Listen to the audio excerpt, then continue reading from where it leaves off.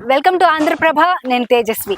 సంక్రాంతి నెల ప్రారంభమైపోయింది. సంక్రాంతి హడావిడి మొత్తం కూడా గ్రామాల్లో ప్రారంభమైపోయింది. సంక్రాంతి పండుగ అనగానే ముఖ్యంగా మనకు గుర్తొచ్చేది ఆంధ్రప్రదేశ్, అలాగే గ్రామాలు, గోదావరి జిల్లాలు, అలాగే కృష్ణా జిల్లాలు. వీటిల్లో సంక్రాంతి వేడుకలు, సంబరాలు అనేవి అంగరంగ వైభవంగా జరుగుతూ ఉంటాయి. ఇక సంక్రాంతి అనగానే ముందుగా మనకి గోదావరి జిల్లాలో గుర్తొచ్చేది కోళ్ల పందాలు, అలాగే ముగ్గుల పోటీలు, ముగ్గులు, గొబ్బెమ్మలు, హరిదాసులు, గంగిరెద్దులు ఇవన్నీ కూడా మనకు కనిపిస్తూ ఉంటాయి. అంతా కూడా సందడి వాతావరణం గ్రామాల్లో నెలకొంటూ ఉంటుంది.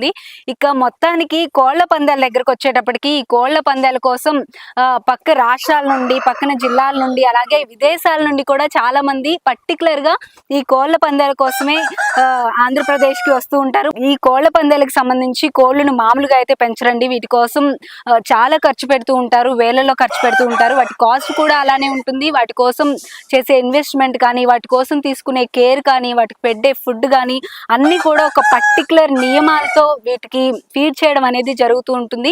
ఇవి పందెంలో ఓడిపోకుండా, అలసిపోకుండా ఆడేందుకు వీటికి వ్యాయామాలు కూడా చేపిస్తూ ఉంటారు. అసలు ఇదంతా ఎలా చేస్తారు, ఈ ప్రాసెస్ అంతా ఎలా ఉంటుంది, ఏంటి అనేది తెలుసుకోవడానికి నేను ఈరోజు హైదరాబాద్ లో ఉన్న అమీన్పూర్ లేక్ దగ్గర ఉన్న ఎస్కేఎం ఫార్మ్స్ దగ్గరికి వచ్చాను. కోళ్ళు ఎలా పెంచుతారు ఏంటి అనేది, వీళ్ళ దగ్గర చాలా పందెం కోళ్ళు ఉన్నాయి.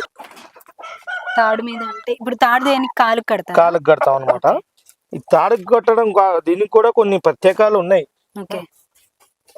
తాడికి ఎందుకు వేస్తారు అంటే కాళ్ళకి మీరు ఇందాక గోరు అన్నది ఇదే అండి. ఇదే అండి, గోరు అంటే ఈ గోరు. ఇప్పుడు ఈ గోరు ఇట్లా వచ్చినప్పుడు 1 year కోడి అంటారు. ఫైట్ కి రెడీగా ఉన్నప్పుడు ఇది ఇంకా కొంచెం పెద్దగా రావాలన్నమాట. వస్తే బాగా అంటే బరిలో దిగితే నువ్వానైనా తేల్చుకుంటే అన్నమాట. అలా ఉంటది ఈ గోరు.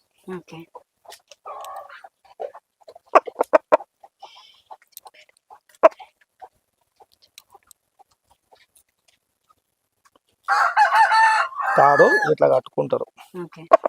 తాడు కూడా సెపరేట్ గా ఉంటాయి, సెపరేట్ గా దొరుకుతాయి మేడం తాళ్ళు. ఒక తాడు 150 రూపాయలు అలా ఉంటుంది.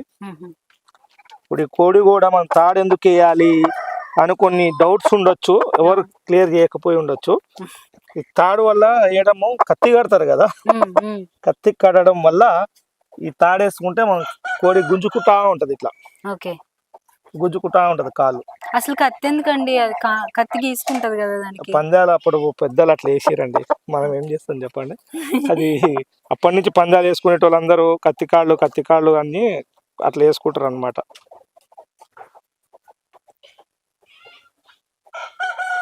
నేను వచ్చి నార్మల్ గా పట్టుకుంటే పొడుస్తుందా నన్ను? పొడవదు మేడం, అలా ఏం లేదు.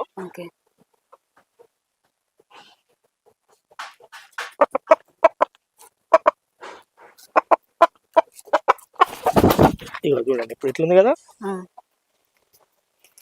ఇగోండి ఇట్లా తీసుకోవడానికి ట్రై చేస్తుందా. సపోజ్ ఇప్పుడు తాడు మనం కట్టకుండా డైరెక్ట్ మనము మన ఫైటింగ్ లో దింపుతాం కదా, దింపితే ఆ కాలు కట్టినందుకు ఆ దృష్టి అంతా దాని మీదనే ఉంటది. ఫైట్ చేయడం తక్కువ, దృష్టి తక్కువ ఉంటది.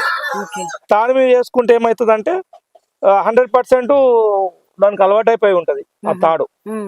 అందుకోసమే అది 100% దాని మీదనే ఫోకస్, ఫైట్ మీదనే ఫోకస్ చేస్తుంది. ఈ తాడు ఒక రకంగా కత్తికి సపోర్ట్ అవుతుంది, టైమింగ్ కోసం సపోర్టింగ్ అవుతుంది అనమాట. దానికి అలా కత్తి కట్టినప్పుడు దానికి డ్యామేజ్ అవుద్ది కదా, అవుతుందా? కాదు మేడం, ఆ కత్తి వేరే డిఫరెంట్ గా ఉంటది, అది తయారు చేసి ఉంటారు కాబట్టి వాళ్ళకి అలవాటు ఉంటది అది.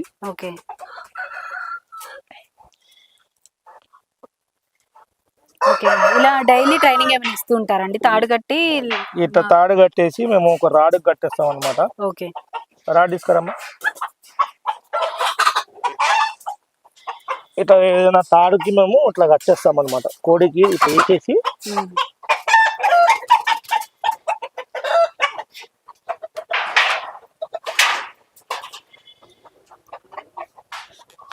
తాడికి అంటే ఇట్లా వేసి వదిలేయడమే.